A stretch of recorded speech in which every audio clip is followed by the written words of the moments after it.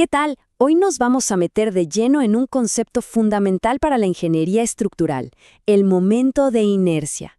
Esta presentación, basada en el material del ingeniero Freddy Orellana, está diseñada especialmente para quienes están cursando estática en ingeniería civil. Así que, ¡arranquemos! Bien, este va a ser nuestro recorrido. Vamos a empezar con el porqué de todo esto, la resistencia estructural. Después, definimos bien qué es el momento de inercia. Luego, una herramienta clave, el teorema de ejes paralelos. Y con eso, vemos cómo analizar áreas compuestas para, finalmente, aterrizar en las aplicaciones más importantes. Muy bien, primera sección, introducción a la resistencia estructural. Miren, antes de saltar a las matemáticas, es súper importante que entendamos el problema real que se busca resolver en el día a día de la ingeniería. Cuando vemos estas impresionantes estructuras de acero, es fácil pensar que toda su fuerza viene del material. Pero no, la verdadera clave, el secreto, está en la forma de sus vigas. Es la geometría, la manera en que está distribuido el material, lo que le da la capacidad de aguantar la flexión sin doblarse. Es, como dice aquí, una propiedad puramente geométrica. Y claro, esto nos lleva a la gran pregunta para cualquier persona que diseñe estructuras. ¿Cómo le ponemos un número a eso? ¿Cómo medimos qué tan buena es una forma para resistir la flexión? Pasamos a la segunda sección. Aquí está la respuesta a esa pregunta. Y la respuesta tiene un nombre, momento de inercia de un área. Básicamente es un número que nos dice qué tan esparcida o alejada está el área de una sección con respecto a un eje. Y resulta que mientras más alejada esté el área del eje, mejor va a resistir la flexión sobre ese eje. Aquí está la base matemática. No hay que asustarse con las integrales, ¿eh? La idea es sencilla. Se está sumando la contribución de cada pedacito de área multiplicada por su distancia al eje elevada al cuadrado. Por eso la distancia es tan importante. Y esto me parece genial para visualizarlo. Fíjese cómo, para calcular la inercia respecto al eje X, usamos una franja horizontal, y para el eje Y, una franja vertical. Esto nos ayuda a entender de dónde vienen esas fórmulas que usamos todo el tiempo. Ojo, una aclaración crucial. No hay que confundir el momento de inercia de área, que es lo nuestro, con el momento de inercia de masa, que se usa en dinámica. El nuestro es pura geometría, mide la resistencia a doblarse. El otro tiene que ver con la masa y mide la resistencia a girar. Son dos cosas distintas. Tercera sección. Teorema de ejes paralelos. Bueno, ya sabemos qué es. Pero, seamos honestos, calcular esas integrales para formas complicadas sería una pesadilla. Por suerte, tenemos una herramienta increíblemente poderosa. Y esa herramienta es el famosísimo teorema de los ejes paralelos, que muchos conocen como el teorema de Steiner. Esto es pan de cada día en la ingeniería.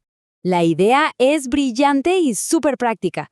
Si ya conocemos el momento de inercia de una forma respecto a su propio centroide, podemos calcularlo súper fácil respecto a cualquier otro eje que sea paralelo.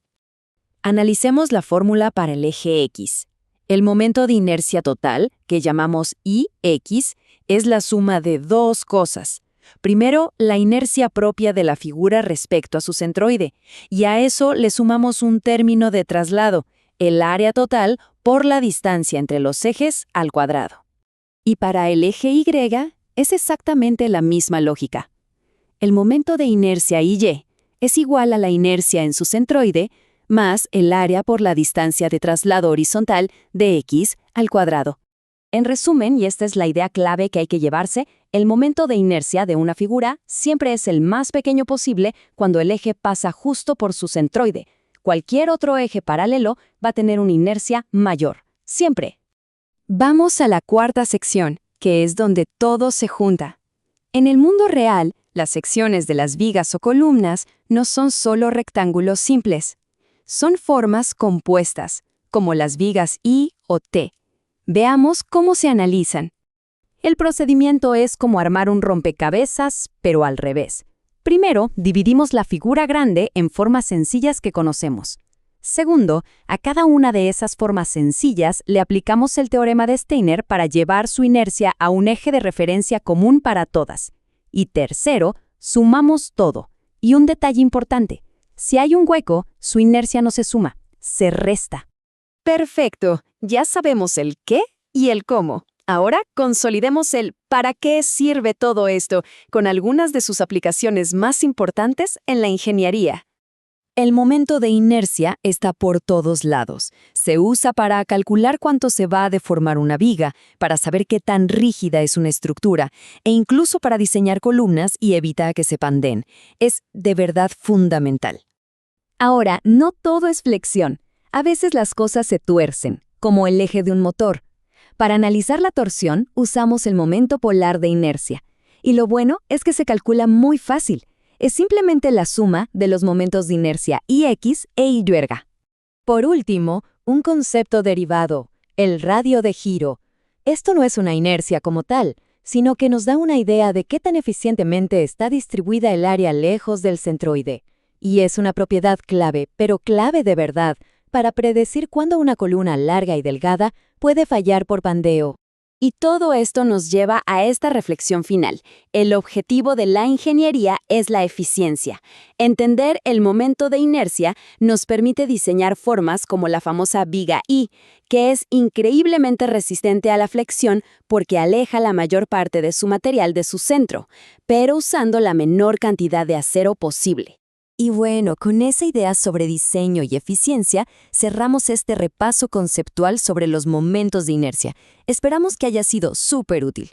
Le damos las gracias al ingeniero Freddy Orellana por el material que sirvió de base para esta presentación. Nos vemos en la próxima.